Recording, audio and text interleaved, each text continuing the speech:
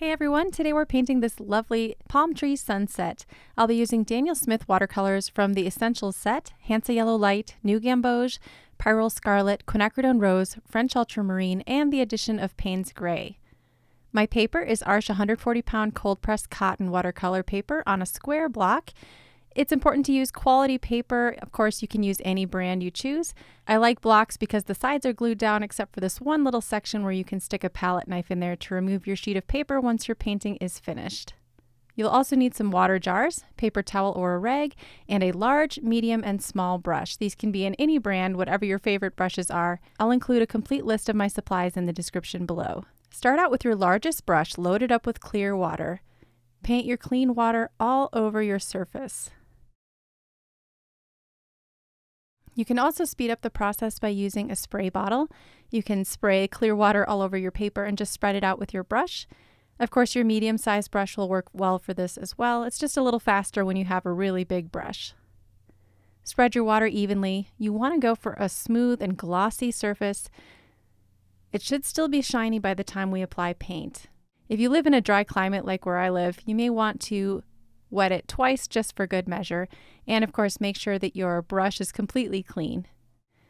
Take your medium-sized brush, make sure it's damp first, and load it up with your Hansa Yellow Light. We're going to apply some streaks of bright color at the bottom third of the painting, and this is where the horizon line is going to be.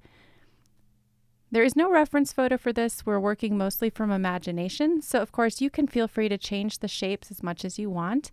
But notice how I'm leaving a couple of streaks of the white of the paper untouched with paint, and that's going to represent the brightest sunlight that's still visible in the sky. I've also applied a little of the New Gamboge, and the next color is Pyrrol Scarlet. We're going to be working our way from our lightest colors to our darkest colors. So just kind of gradually in order of the colors of the rainbow here. We've got the yellow and then the dark yellow, and next is this bright red. And you can see how because we pre-wet the surface of the paper, our color is just fuzzing out beautifully. Now the key is balance. You want to make sure that your brush is about the same wetness level as your paper. So if you don't have enough paint or if your brush is just a little too dry, you might find that it's actually soaking up the dampness from the paper rather than allowing the paint to flow smoothly across the surface. This next color here is Quinacridone Rose. And while your paint is still wet, of course, you can apply those two colors side by side. You can even scrub gently between the two of them, again, making sure that there's a nice balance of wetness between your brush and the paper. This color is French Ultramarine. You'll notice when you apply that right next to that Quinacridone Rose, you get a gorgeous royal purple. So these two colors really play well together. I'm not using my phthalo blue from the Essentials set. It's just got a little bit too much yellow in it for this particular sunset. So I'm using a lot of my French Ultramarine, Quinacridone Rose.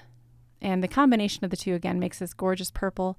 So just play around. You'll notice I'm having to work fairly fast because already that top left corner of my paper has begun to dry a little bit.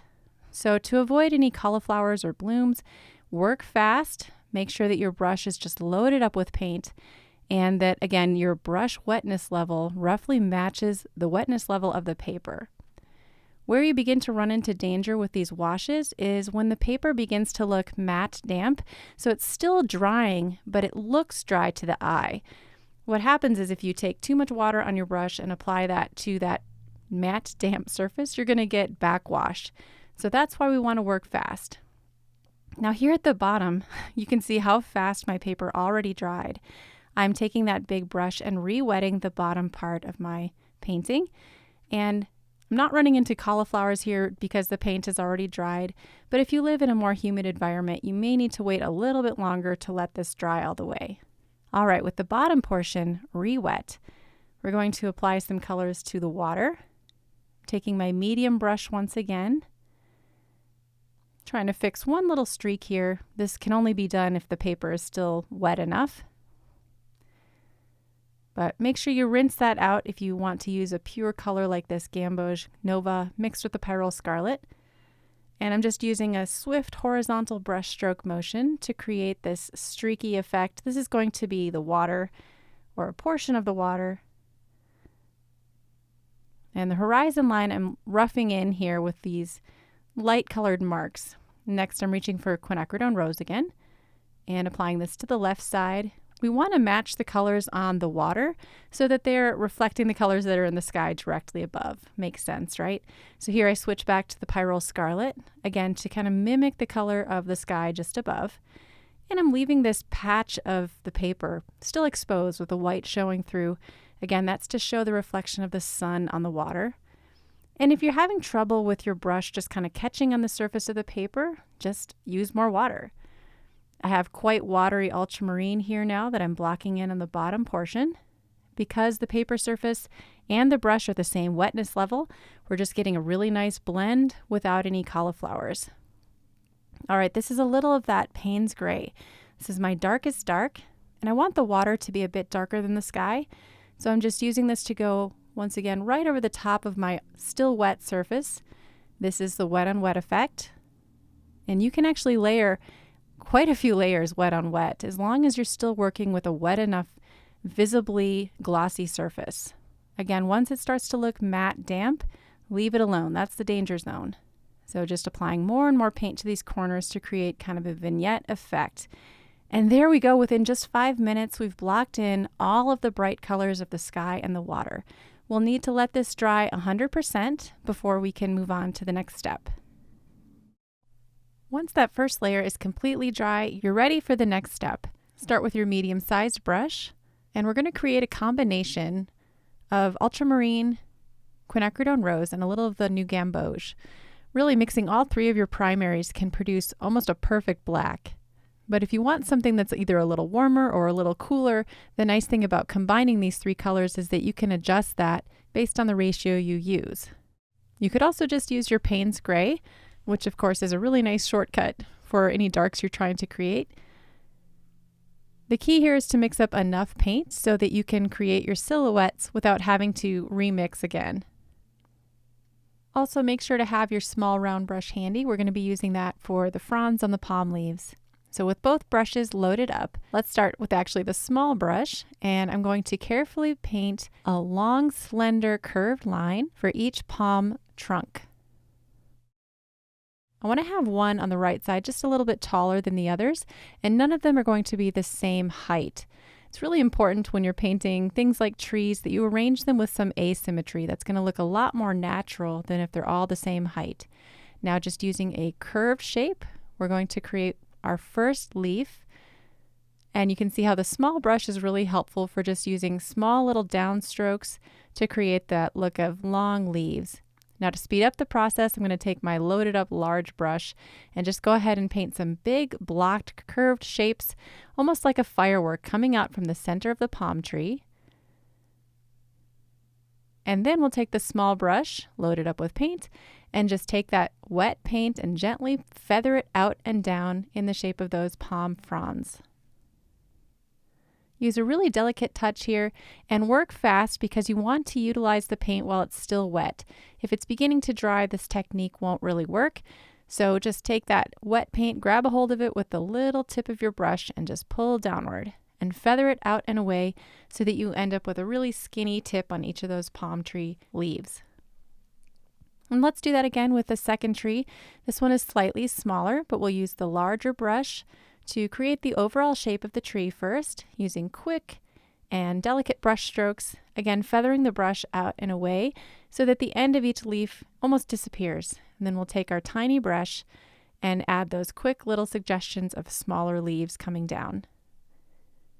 And then for our smallest tree right here in the middle, once again working fast. You can just stick with your smaller brush for this one. It's okay if it overlaps your other trees as well.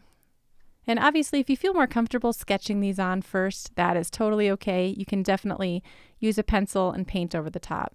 So now with our small brush, we're going to load it up once again and carefully paint our horizon. I stopped right before the light spot here, and I'm switching to my Pyrrol Scarlet so that the piece of land here looks like it's lit up in the sun a little bit more. That subtle shift from cooler to warmer color temperature, darker to lighter, will help it look lit up in the sun. And then loading my brush up again with that dark mix that we created earlier. I'm just adding some foliage here and making it look more like a brushy hill. This can be any shape you want. However, I do recommend Thinking in terms of the rule of thirds, that's why I place these palm trees on the left third of the composition. My horizon line is also on the bottom third. It just makes for an overall more pleasing composition. And then I'm taking that same dark color and creating a subtle reflection of those palm trees on the water. So you want to try to mimic the shapes that are up above, but just using long horizontal dashed lines. I know that's kind of tricky, but just imagine what it would look like all rippled in the reflection on the water, and that's what we're doing here. It doesn't have to be perfect, certainly doesn't have to be the same shape as the tree, but roughly the same size and mirroring the placement of the trees up above. Now you can leave your painting as is, or you can add some more land masses to the right side. Since my horizon line is not really perfect, I think I want to firm that up with another piece of land on the right. So I'm taking my Pyrrol Scarlet and my small brush and just creating another slender line, indicating some more land over here on the right side. And then I'm taking my darker color and blobbing that in just next to that lighter color. And these colors will meld on the page side by side. You can choose to add some suggestions of trees here. I do recommend using your smaller brush if you decide to add these little details, and try to just keep them loose and painterly, not overly realistic or too rendered. We don't want this little area to detract from the main star of the show, which is those bigger silhouetted palm trees on the left side. So keeping it loose and blobby, that's totally fine. And since it's further in the distance, I want to have a slightly lighter value to this area. And then I'm going to go ahead and blend and softly add some colors here below this, representing a reflection just beneath that shape that we painted. Since this is largely imaginary, just do your best and paint shapes that feel right to you and the colors that feel right. My tips, of course, are if you want to make something look further away, use lighter values. And if you want it to look closer, use darker values. So here in the foreground, which of course is the closest area to us, I'm adding darker streaks for the water again, using my small brush. And these will not be super visible since this area is already quite dark, but I think it's adding some movement to the water, which is quite nice. Once you're happy with your streaks in the water, take one more critical glance at your painting, see if there's anything else you want to add. But overall, I'm really happy with this fun little imaginary sunset painting. Thanks so much for joining me today. I hope you enjoyed this one. Feel free to try it as many times as you'd like. It can be a little bit challenging to get those washes just right on the first pass. So practice makes progress. Thanks again, and I'll see you in the next tutorial.